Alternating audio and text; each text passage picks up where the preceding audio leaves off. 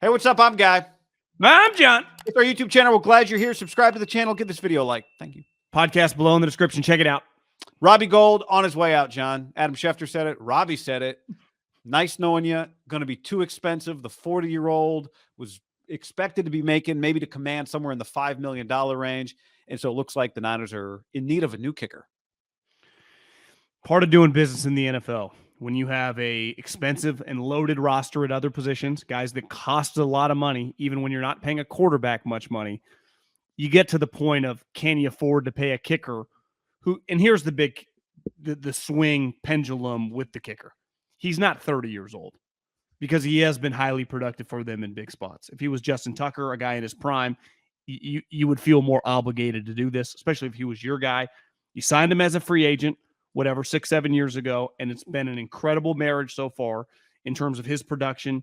But he's 40 years old, and I think the money he wants, whether he gets it or not, I just don't even think you can afford, like after taking a deep breath and really thinking about it, like, do you want to pay a kicker $4.5 million who is not the best kicker in the league?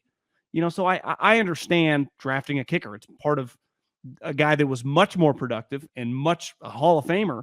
Bill Belichick, once upon a time, did it with Adam Vinatieri, and it led to Gostkowski, and they had a long, tenure together. So it's just part of the nature of the league.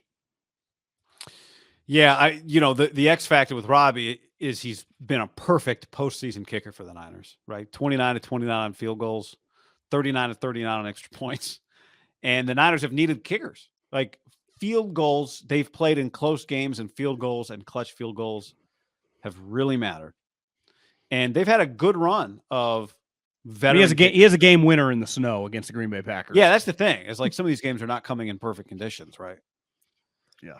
So he's a lot to replace from that standpoint. But I think to your point, this is the way the league works, especially on a talented team that's only getting more expensive everywhere else.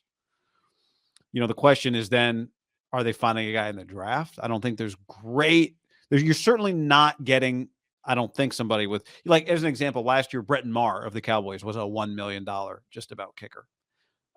He was a liability by the end. So you're not finding perfect postseason kickers for $1 million, at least not guys that have played in the league. Now, maybe you can find a kicker in the draft. According to our special teams college source, there's some good kickers in this draft, which we'll talk about later.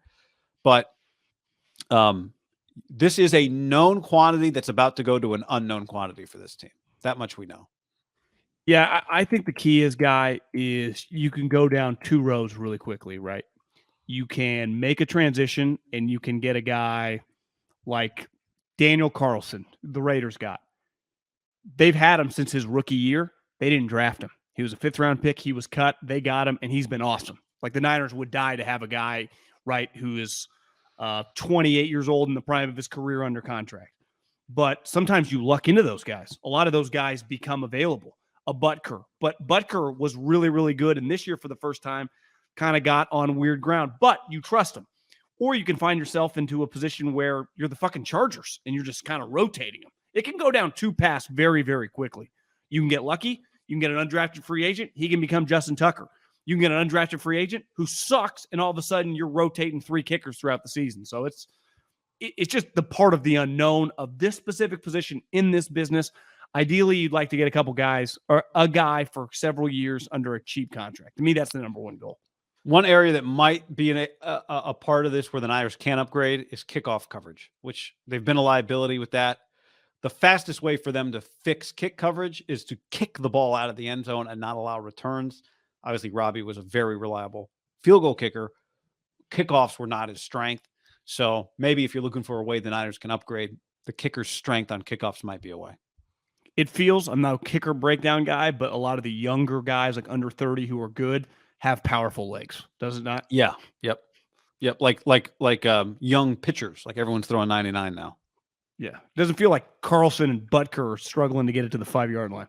You want the names of some guys, or is that for another time? No, that's another time. Okay. Well, I've got a depth chart, John, of college kickers. Kyle Shanahan's worst nightmare, watching college special teams. He ain't watching them, guy. He ain't watching them. He might meet them when they come in for visits. He ain't watching them.